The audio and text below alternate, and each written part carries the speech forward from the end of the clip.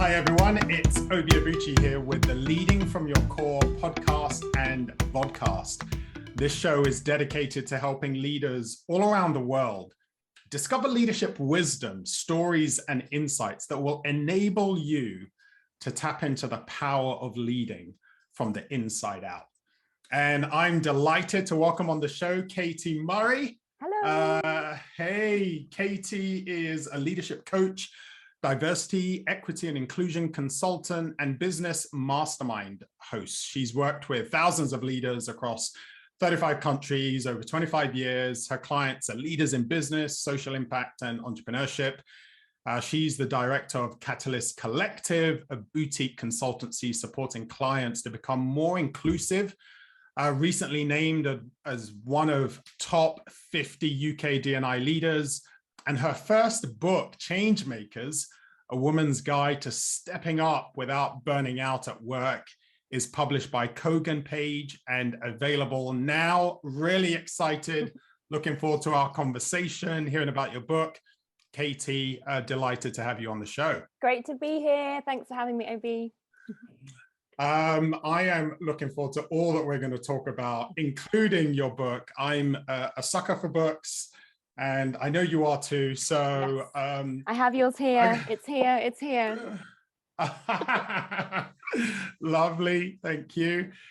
Let's start off. Just tell us a bit about you, what got you into this space, and particularly, I'd love to hear what was the motivation behind your book. There's always a story behind a story, and so I'm curious about that. So tell us a bit about you, what got you into this space, and what's the story behind your book? Yeah, thank you. So I am really passionate about change makers, and that's the name of the book. I'm passionate about people who want to make a difference in their communities, in their sphere of influence, whether that's kind of local, national, international, whether that's in your workplace or in your kind of work and personal life beyond that. And I'm really passionate about people who are passionate about that. And I want to see you flourish and thrive and sustain yourself. So my experience over the years has been working alongside so many talented, ambitious leaders who are incredibly cause-driven, incredibly purpose-driven,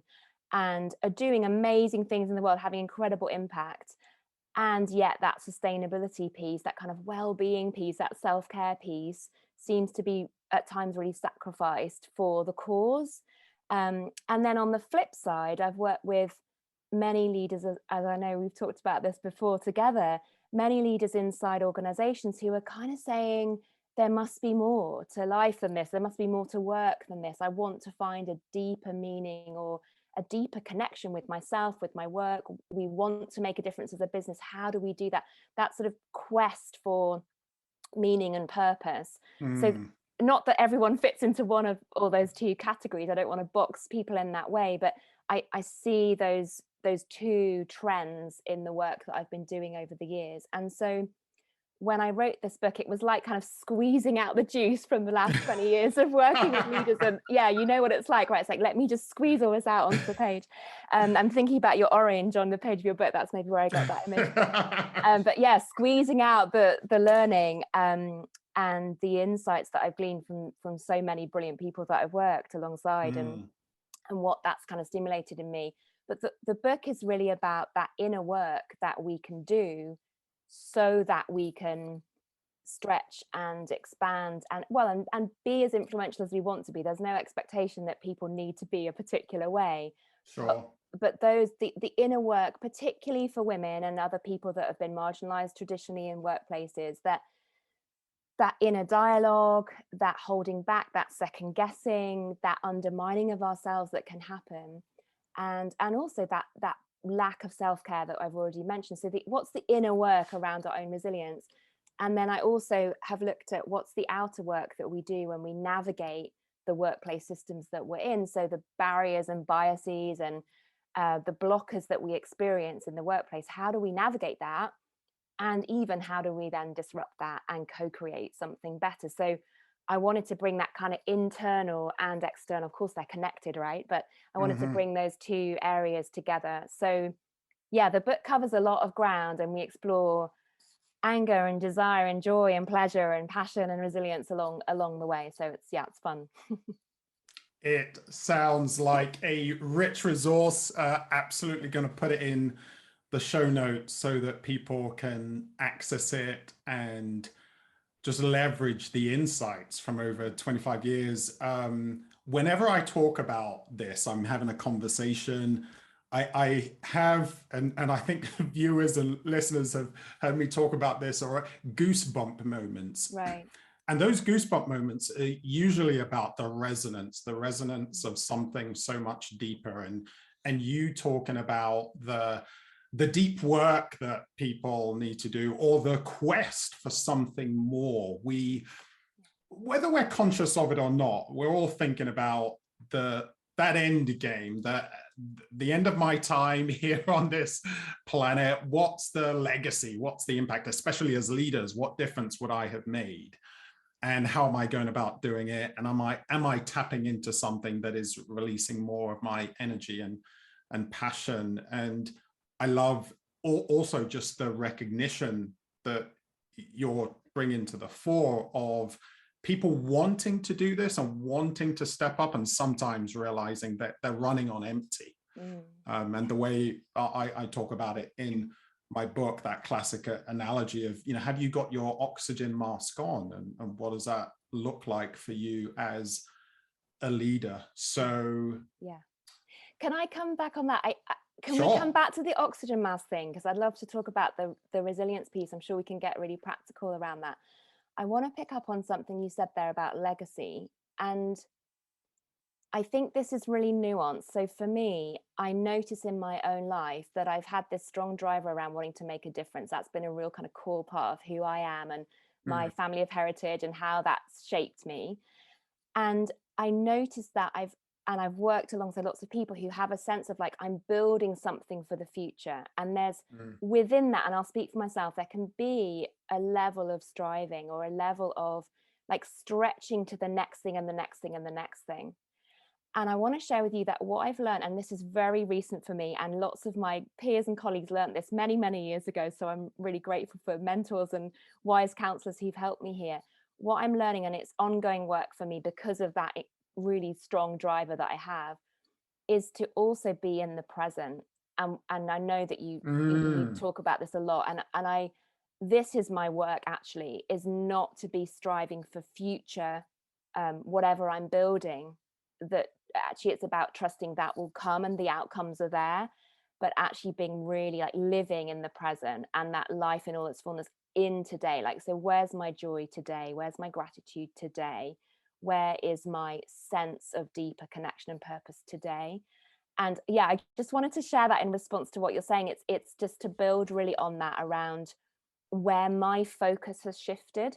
And so when I connect that with resilience and mental health and well-being, it's about, for me, not a striving of how I'm going to kind of push myself to the next thing, but it's about how am I really caring for myself today and being present in my day today. How, again, it's a squeezing thing. How am I like squeezing the joy and the goodness out of my day today? And as a leader, I think, of course, we're doing future scanning and we're doing scenario planning and we're doing strategic, we're doing all those things, which is absolutely appropriate and accurate and right. And it's great that we have big visions, and it's great that that ambition is there. It's all of that's really necessary. I'm not saying that's not needed. I'm talking about our inner compass of where that sort of gravitational pull is for us.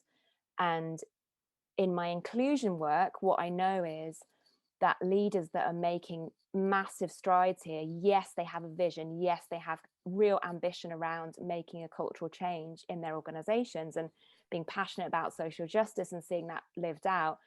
And every day they are consciously showing up with like, how am I going to be today? How am I going to serve today?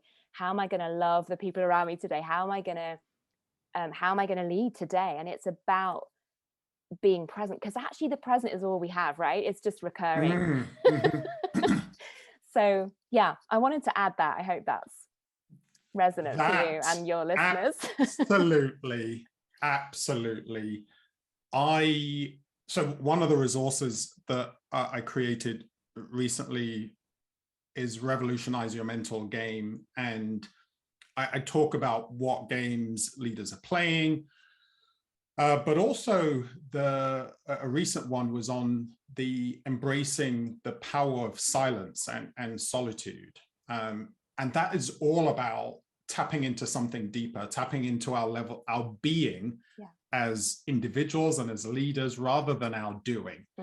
And it really resonates with what you're talking about there, because you're right. We've got a vision, and I talk about, a eulogy and sort of beginning with the end in mind. But the reality is none of that can be lived other than in the present moment.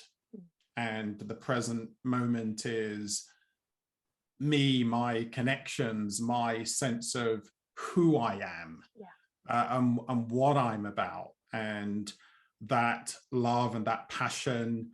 A big thing, just to, and then we'll sort of move on, but this is, I guess, going deeper into this topic of understand, who am I? If you ask most leaders who they are, generally the response will be in one of three categories.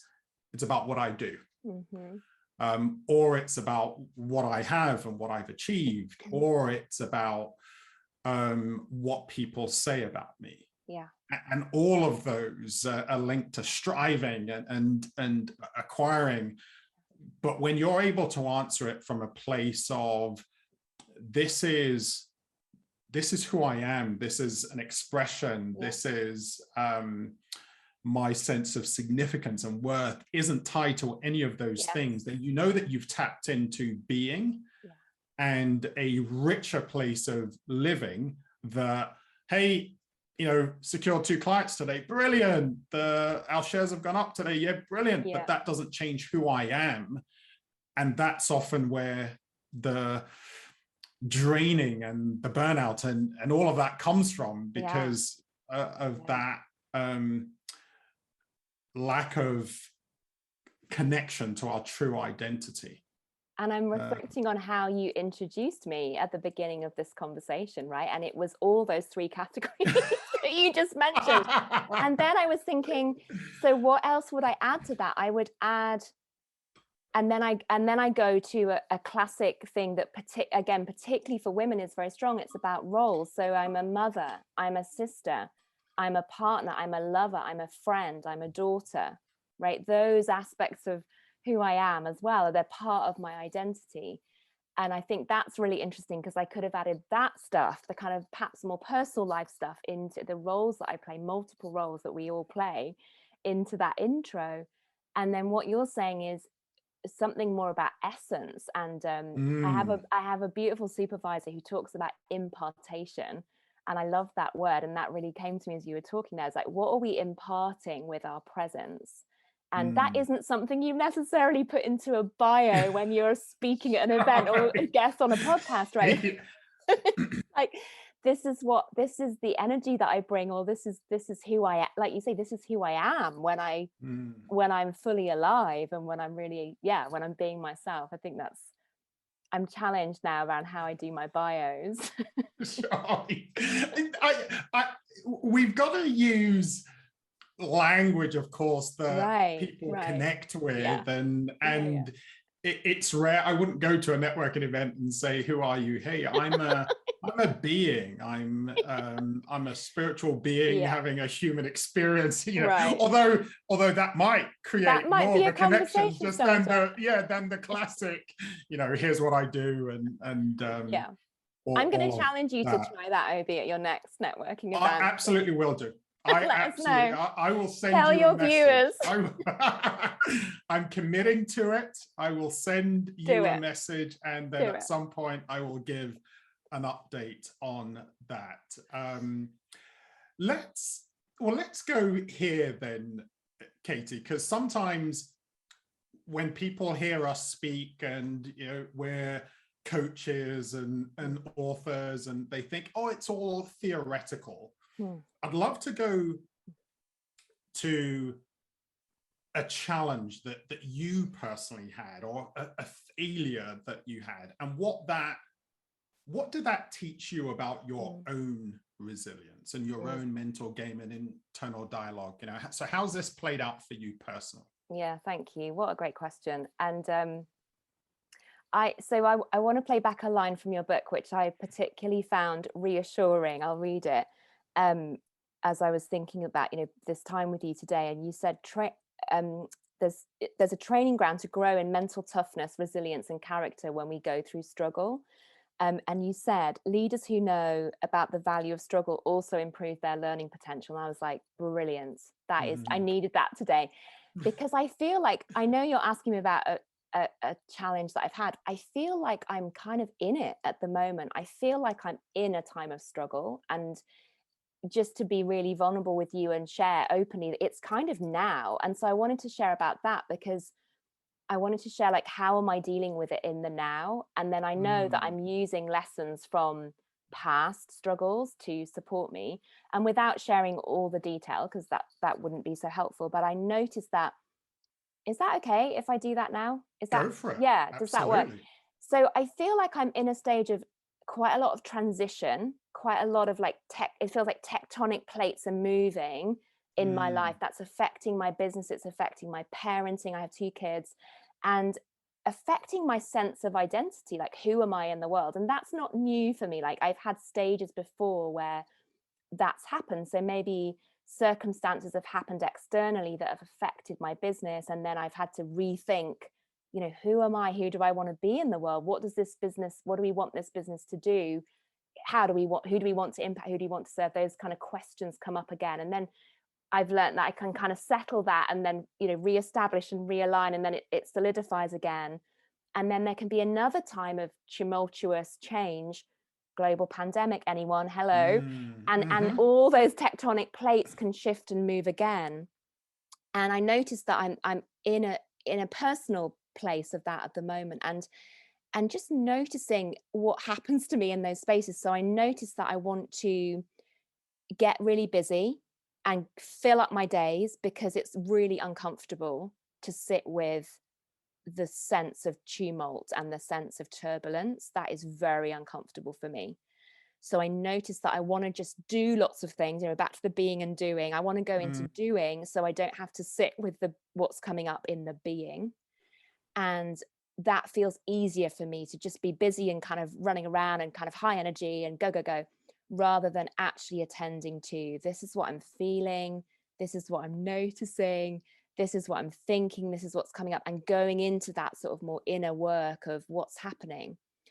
And I know that because I'm in it right now, I can't really, like, if you ask me, well, what's going on, I can't really make sense of it yet. I only really can just tell you what I've told you. I don't really know. It feels like I'm just in the work, if that makes sense. Sure. And at some point it will become clear. I'll probably look back and go, oh, well, that's what was happening there. You know, this was shifting, or this was changing, and this is how I've adapted. So I know that I'm digging deep into that resilience work that I've built over many years for myself. There's muscles that I know can support me. So I'm digging deep into my gratitude every day. I'm using my journaling. You know, I'm not always that rigorous around that, but every day I'm doing some journaling the last few weeks. I'm digging deep into my intention setting, which is about every day, who do I want to be? How do I want to show up? Is there one thing I want to progress today? I just ask myself those 3 questions. So I know that I'm in the work of transition. I don't know what it means. It's a struggle. I want to avoid it. And, you know, on a good day and good moments, I'm leaning into it, and I'm using my resilience practices to support me to be in a really, not necessarily positive space, because some of the emotions don't feel good for me. They feel difficult, but to actually go there and feel them. My belief is that feelings are, they're giving us data and giving us wisdom about something. There's wisdom there. So I want to avoid the feelings I find personally tough to feel, but actually I'm learning that if I feel them, then they pass. First of all, they do pass. And 2, I'm going to learn something. So that idea you encouraged me with when I read that line, it's like, yeah, this is the grist for the mill. This is the potential for learning here is huge. And so that's what I feel I'm in right now. I wanted to share with you. It's like, I'm in this space now where I know I'm going to learn a lot. I don't really know what yet. Kind of in it. Yeah. Wow, that is so rich, so rich. And I'm just going to reflect back some things that I heard that I think are going to be really powerful for anyone listening and watching this. You use the word notice several Mm, times, and I can't, it's impossible to emphasize how powerful that is, how important that is for us to be able to notice. We talked about being present, yeah, right? Being present enough to my emotions, being present enough to what I'm feeling, noticing it, being able to name it, to being able to name, hey, there's this struggle, there's this uncertainty that I'm yeah, feeling, there's this discomfort, just noticing it actually takes a lot of power away, and it gives you a sense of agency. I can see right, this, I can see yeah, you, I'm aware of you. I love the fact that and this is something people here, certainly we've been talking about recent years, just being comfortable being uncomfortable. Not to say it's always easy, and you've acknowledged that. It's like, this isn't comfortable, yeah, but it's, I'm on this journey of becoming comfortable with it, accepting it. What is it I can control? What is it I can't? And again, you talked about resilience practices, mm, which is so great for people to be aware of, that this doesn't just happen. There are mm, things yeah, that we've got to do, yeah, but we do it from a place of being learning human beings with incredible potential. And here's a way of tapping into my innate resilience. And you're already demonstrating that regardless of the discomfort that I'm going through, I can still choose to be mm, grateful. I can still choose to be thankful for yeah, things around me. So that's amazing. I just, just those things alone. And you know this from my book, a big phrase for me that I've learned from some of my own challenges and struggles over the years, and failures, and near suicide and all of that, is that when life squeezes you and the pressure is on, what you're like on the yeah, inside will come out. yeah, And what you're sharing there is, life is squeezing you, but what's yeah, coming out is your gratitude practices. What's coming out is an awareness. It's noticing. And so I can see you thriving yeah. through this, and this is what we're Thank trying you. to share with I want to people. also share with you that what also comes out is like a lot of anger and desire to control. Like, let me just be honest with that, Sure. under pressure, and before I've realized I'm in something and I need to really dig into it, Mm-hmm.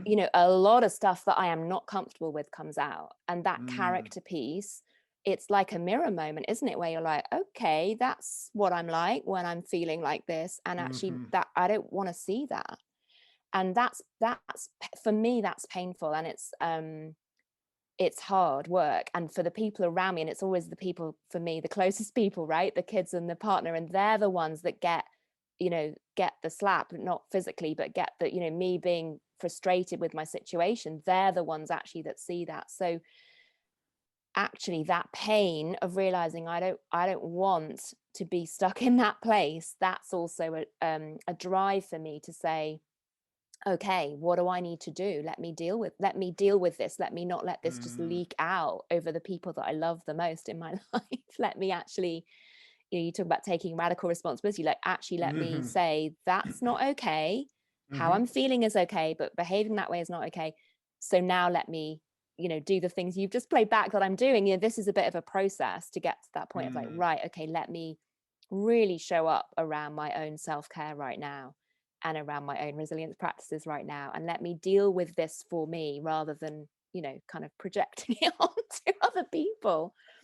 Yeah, so I wanted to be really honest about thank that. you. This is not a kind of saintly process. It's really Sure. messy. I hear Yeah, you. I hear you. yeah, And I feel it too. I mean, mm, again, yesterday I had to take some time out and go into the woods for yeah, a walk, because I felt that there are, business wise, we've got some exciting launches happening this week. By the time the Yeah. viewers hear this, listen to this, all of that would have happened. But it's huge, it's big, it's significant, and you feel that pressure. And yesterday I was feeling, I don't feel like I'm being present right now. What are some of the things that help me to connect with my deeper self? What are some of the things that help me to connect with my being? What are some of the things that help me connect with the bigger picture?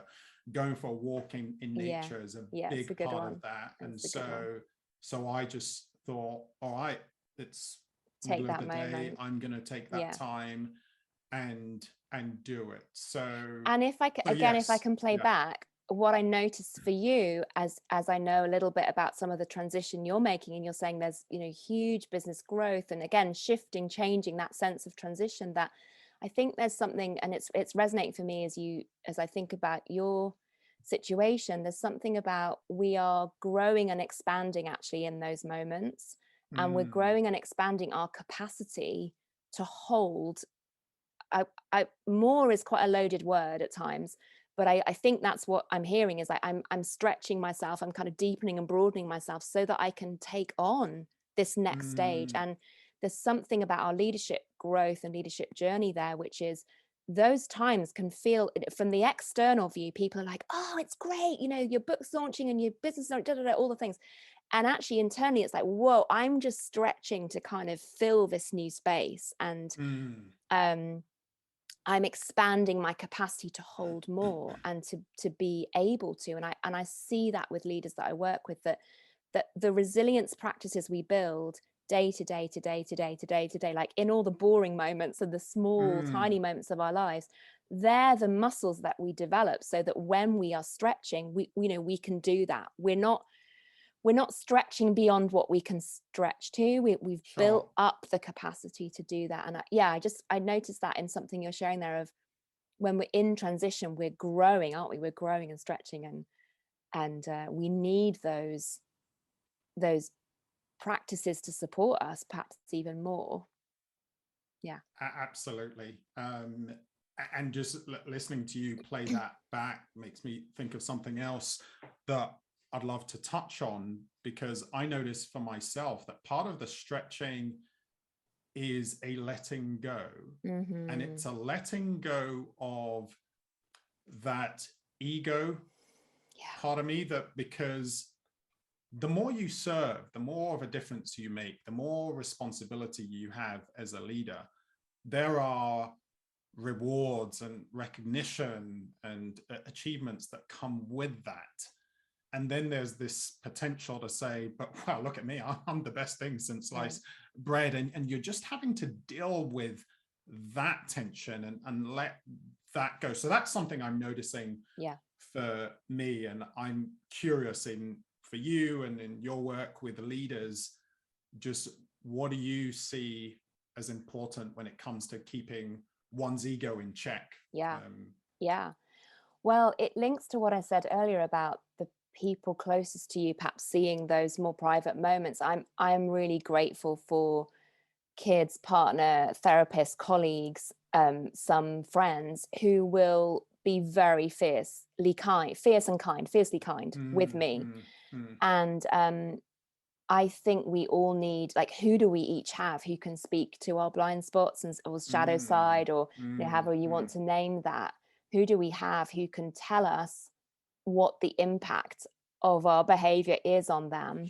And how much do we as leaders open up our own, I want to say, like, humility, our own kind of tenderness to be able to receive that? And what I notice, again, particularly if I think about my work in inclusion, excuse me, that the leaders that I see who are really making progress in cultural change and seeing a real difference in their organizations, in their businesses, are people who are receptive to hearing feedback that might be quite challenging to hear. And I think that's speaking to the same thing that we're touching on here, like, how resistant are we, or how open are we? And it's really hard to, let's just, again, for me, I'll speak for myself, but I see it around me, it's hard to receive feedback about ourselves, about our characters, about who we are and how we're showing up. Like, that is really hard to hear about the impact of our behaviors on other people. None of us want to be called out. We have an inherent belief in ourselves as a good person. Most of us, we have that bias running. So it's really hard to hear that we've hurt somebody, or that that's not been great, or that our ego is, you know, that visibility piece, or that sense of success is creating this kind of overplay in some way.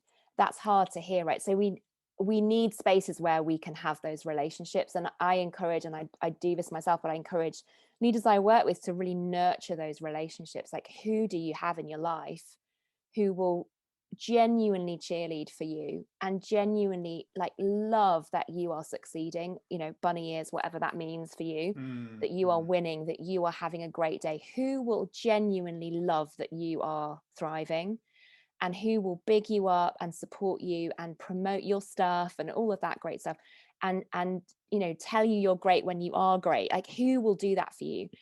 And also, who will provide a bit of accountability? Like, who's going to be the grit in that to say, actually, can I share with you this XYZ? When this happened, this is how it felt for me, or this is what I noticed. Again, that noticing piece, it's not about judging the person or even really criticizing you, but who do you have who's going to call you out or call you in when you need that? And I think there's something about spaces for leaders where we can bring kind of all of our ambition and our brilliance and our beauty and our bigness, and we can bring the challenges and the struggle and the vulnerability and the kind of messy, I messed up and this, I'm not so proud of this part, like that.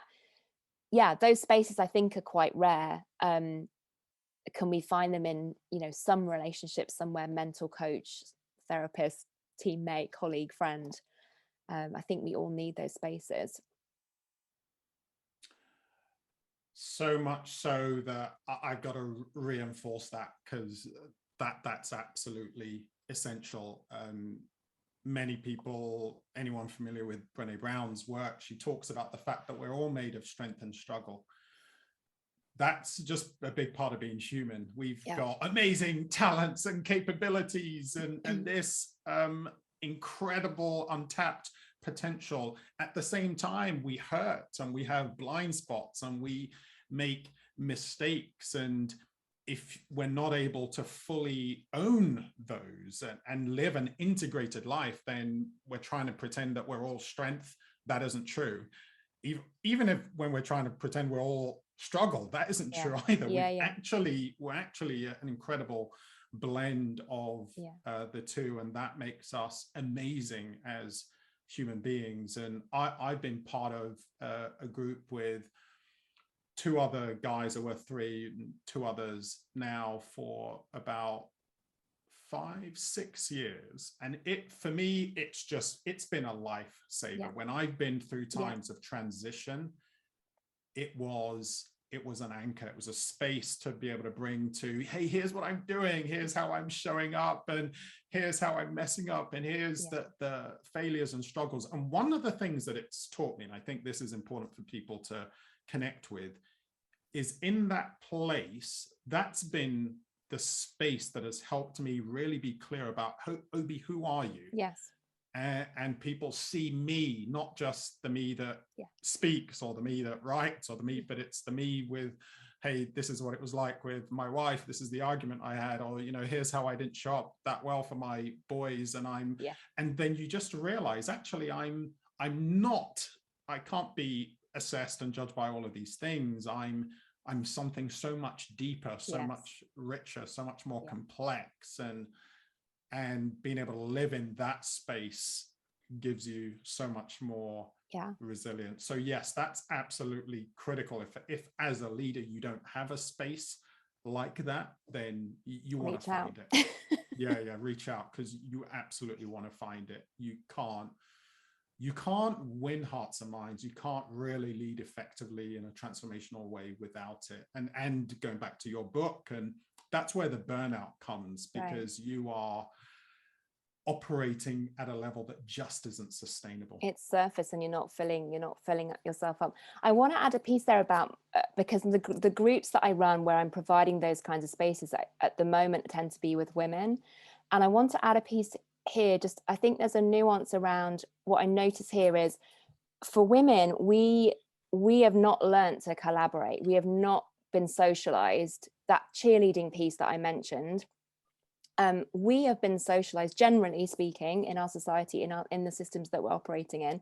We're socialized to compete because there's not enough room at the top, and you might be the only one or one of few, and you better be lucky to be there. So you fight for that place and you're lucky to be there. Or we're socialized to compare. So our society is structured around comparison. Capitalism is structured around comparison, is one of the kind of core roots of it. So again, we're back to that enoughness in who we are as individuals to support us when we are kind of lured into comparison. It's so easy to be in comparison. But for groups of women to be together, and in that way you've described, Obi, and be able to handle one another's bigness, right, and handle one another's success and ambition, that is a big stretch for us. And I do a lot of work with how will we do that? How will we genuinely cheerlead for one another when someone else is winning? How do we feel about ourselves? How do we feel about that person? And we're back to this conversation we had a bit earlier in this discussion about how do we deal with success and failure? What do we do when we feel other people are succeeding? How do we judge ourselves? All of those loops that we can get into. So a lot of the work I'm doing is, how do we be together in a way that genuinely is collaborative? And how do we work through our own, again, that inner work around comparison, competition, our self-judgment that can come in? And then the other layer I want to add to that is, in societally, for women, it's more vulnerable to be visible, and it's more vulnerable to be to have a voice, to take up space, to be successful. There's extra kind of vulnerability that comes with that visibility. So we do a lot of work around, what do we need to have in place so that we can bring our full expression into our workplace, into our communities, into our leadership, into our change making.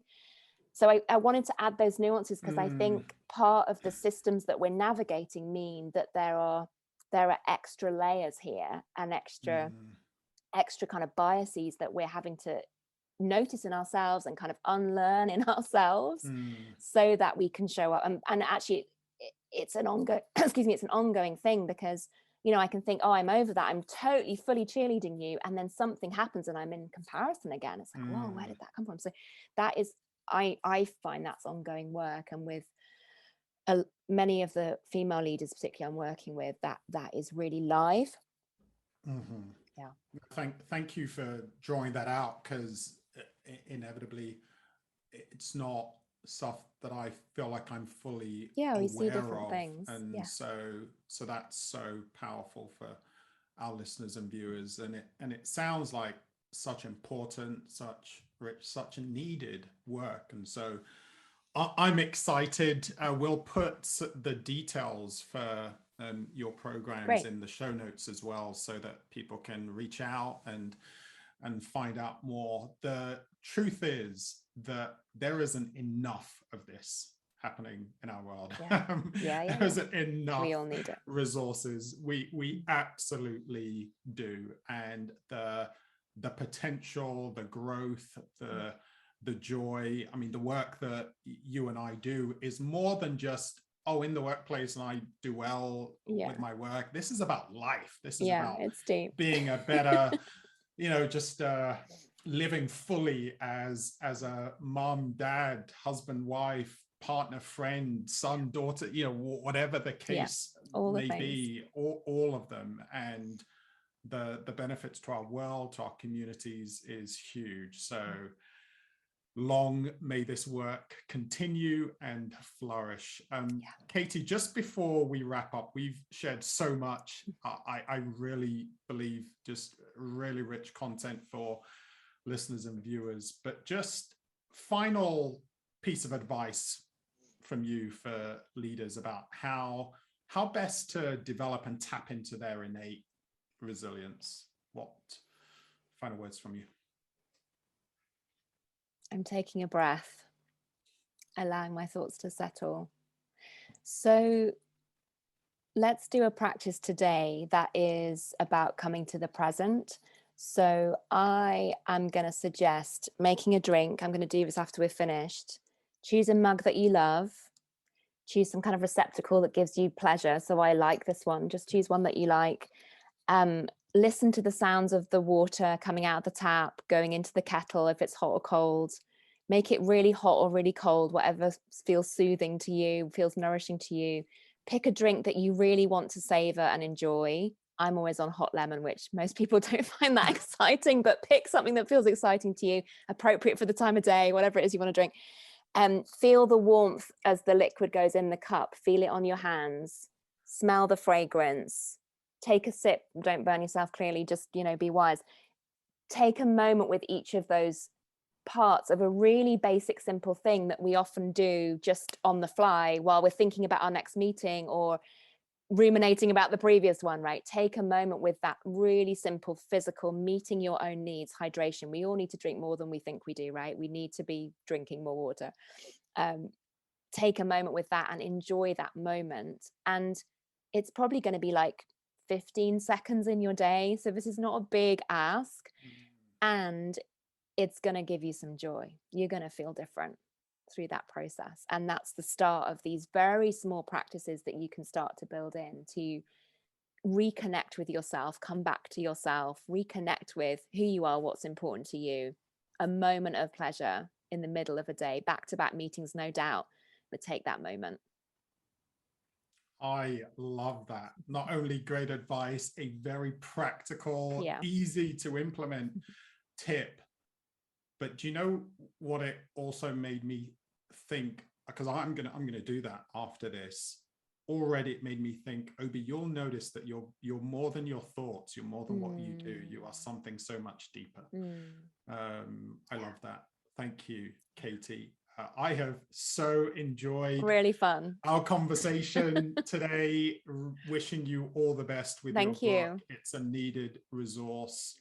So absolutely excited to support it and push it out there to our listeners and viewers. Everyone listening, watching, I hope you enjoyed the show and got out some incredible tips, practical tips to integrate into your life. And remember that if you want to be a courageous and resilient leader, if you want to live life on purpose and with purpose, then it starts from the inside out. Have a great day. See you on the next show. Thanks a lot for joining again.